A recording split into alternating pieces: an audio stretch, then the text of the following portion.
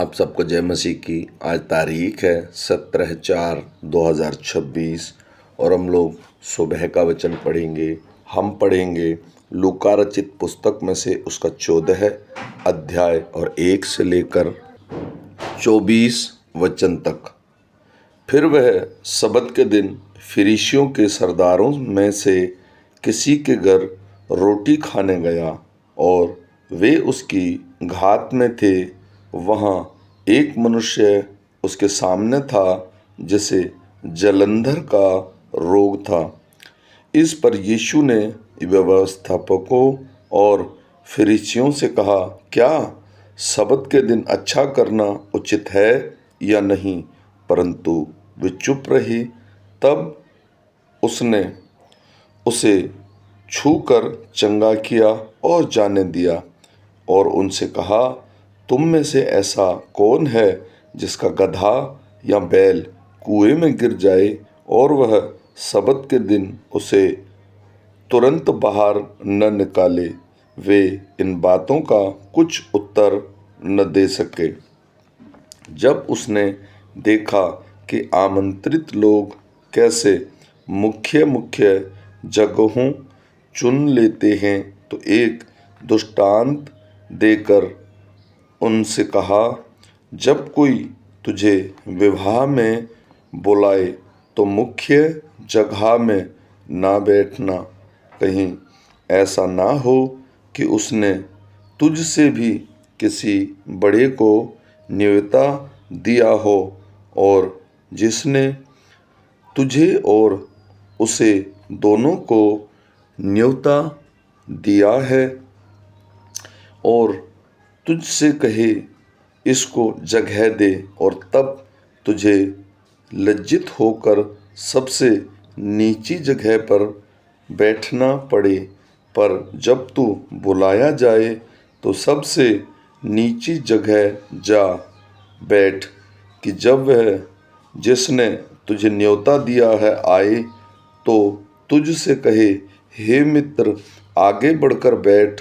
तब तेरे साथ बैठने वालों के सामने तेरी बढ़ाई होगी, क्योंकि जो कोई अपने आप को बड़ा बनाएगा वह छोटा किया जाएगा, और जो कोई अपने आप को छोटा बनाएगा वह बड़ा किया जाएगा। तब उसने अपने न्योता देने वाले से भी कहा, जब तू दिन का या रात का भोज करे तो अपने मित्रों या भाइयों या कुटुंबी या धनवान पड़ोसियों को न बुलाना। कहीं ऐसा ना हो कि वे भी तुझे न्योता दें और तेरा बदला हो जाए। परंतु जब तू भोज करे तो कंगालों, टुंडों, लंगड़ों, अंधों को बुला, तब तू धन्य होगा, क्योंकि उनके पास तुझे बदला देने को कुछ नहीं, परंतु तुझे धर्मियों के जी उठने पर इसका प्रतिफल मिलेगा। उसके साथ भोजन करने वालों में से एक ने ये बातें सुनकर कहा, धन्य है वह जो परमेश्वर के राज्य में रोटी खाएगा। उसने उनसे कहा, किसी मनुष्य ने बड़ा भोज दिया और बहुतों को बुलाया। जब भोजन तैयार हो गया तो उसने अपने दास के हाथ आमंत्रित लोगों को कहलाता भेजा, आओ, अब भोजन तैयार है। पर वे सब के सब क्षमा मांगने लगे। पहले ने उससे कहा, मैंने खेत मोल लिया है और अवश्य है कि उसे देखूं।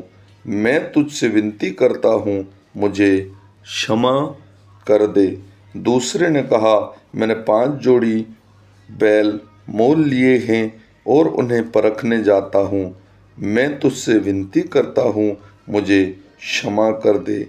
एक और ने कहा, मैंने विवाह किया है इसलिए मैं नहीं आ सकता। उस दास ने आकर अपने स्वामी को ये बातें कह सुनाई। तब घर के स्वामी ने क्रोध में आकर अपने दास से कहा, नगर के बाजारों और गलियों और मैं तुरंत जाकर कंगालों, टुंडों, लंगड़ों, अंधों को यहाँ ले आओ, दास ने फिर कहा, हे स्वामी, जैसा तूने कहा था वैसा ही किया गया है और फिर भी जगह है। स्वामी ने दास से कहा, सड़कों पर और बाड़ों और जा और लोगों को विवश करके ले आ, ताकि मेरा घर भर जाए, क्योंकि मैं तुमसे कहता हूँ कि उन आमंत्रित लोगों में से कोई मेरे भोज को न चखेगा। आमीन।